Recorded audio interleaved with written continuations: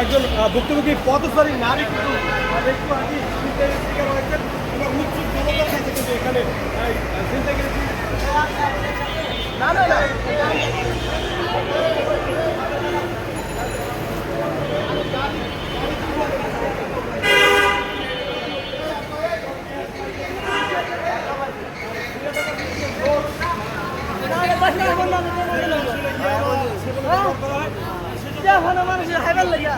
বিভিন্ন উৎসব তাদের কাছে কিন্তু পাওয়া গেছে এই মুহূর্তে সচেতনতা উৎসব জনতার বিভিন্ন অনেক ভিড় কিন্তু এখানে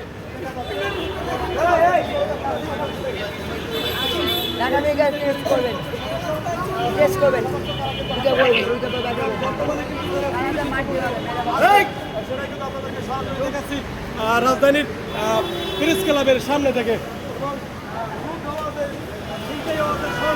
সেই স্বর্ণের যে স্বীকারোক্তিমূলক জবানবন্দি সেটা কিন্তু তারা এই মুহূর্তে আমাদের মা বোনদের পড়ে গেছে, হারিয়ে গেছে সচরাচর আমরা যেটা দেখে থাকি। আমরা রাজধানীর বিভিন্ন অলিতে গলিতে কিন্তু 3 দিন ফিরে সদস্য এবং তাদের যে অন্যতম কারণ সেটা কিন্তু হচ্ছে নেশা। কারণ নেশার ঘোড়া বহন করতে কিন্তু তারা এই চিন্তায়ের মতো নিকৃষ্ট যে পেশা সেটাকে কিন্তু তারা আসলে বা কাজ সেটাকে কিন্তু তারা আসলে বেছে নেয় এবং তাদের কাছে কিন্তু সেই নেশার যে উৎস সেটাও কিন্তু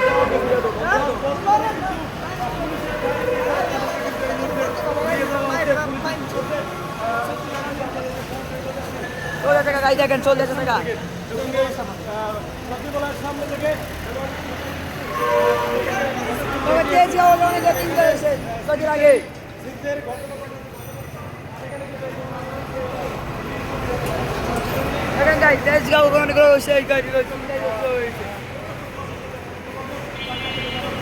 কিভাবে কখন কিভাবে চিন্তার ঘটনা ঘটছে সকাল আনুমানিক 9টা হবে সম্ভব। আমি দোকানে ভিতরে ছিলাম উঠবে, তখন দেখি একটা পথচারী একটা মহিলার কানের জিনিস কান দিয়ে দৌড়ানোর সময় ধরেছে।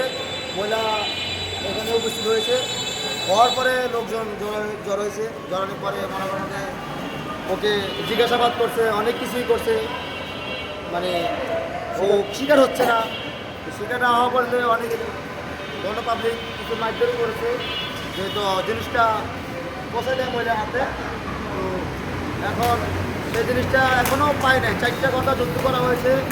4টা ঘন্টা যুদ্ধের পরে চারটা অনুমানিক 4টা করতে হবে। যেহেতু আমি এখানে উপস্থিত ছিলাম, আমিও উপস্থিত ছিলাম এখানে। তারপরে যে মহিলার জিনিসটি সে মহিলা খুবই নার্ভাস হয়ে গেছে। এখন এই সমস্ত কাণ্ডকলাপ যদি হয় তাহলে আমাদের মা বোনটা কখনো নিরাপত্তা না, রাস্তাঘাটে কখনো নিরাপত্তা না। এখন আইন শৃঙ্খলা বাহিনী এগুলোর কোনো পদক্ষেপ নেয় না।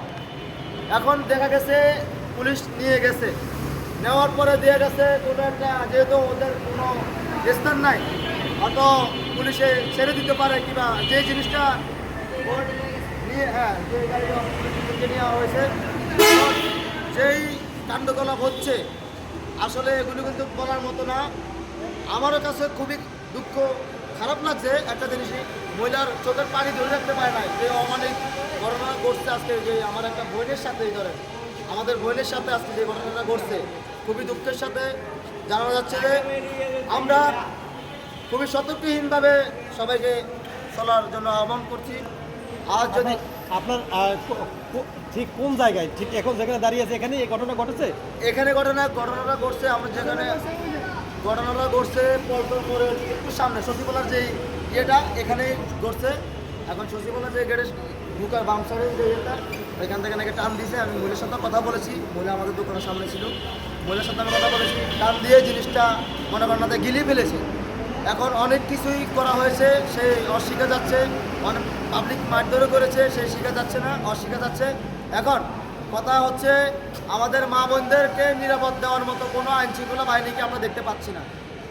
এখন যে আইনশৃঙ্খলা বাহিনী পুলিশ সদস্য যারা আছেন তাদের কাছে যদি নিয়ে যাওয়া হয়, তারা মনে করেন যে 500 টাকা ঘুষ খায়, 1000 টাকা ঘুষ খায়, খাওয়ার পরে মনে করেন যে ওদেরকে ছেড়ে দেওয়া হয়। এখন মেন লিডার হচ্ছে আমাদের বাংলাদেশ পুলিশ। কেন বলছি এ কথা? বলার কাহিনী আছে। এই পুলিশ বাহিনী এদেরকে শেল্টার দিচ্ছে।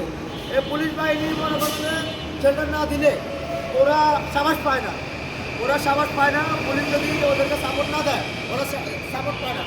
এখন পুলিশ বাহিনীর কাছে আমাদের একটাই আবেদন থাকবে, আপনারা সৎ পথে চলাফেরা করে সৎভাবে মানুষের পাশে থাকেন।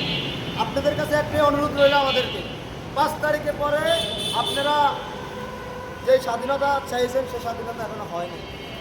যদি হইতো তাহলে আমাদের বাংলাদেশে এসব অকারণ হতো না। একটু আগে এবং বর্তমানে এই চিন্তায়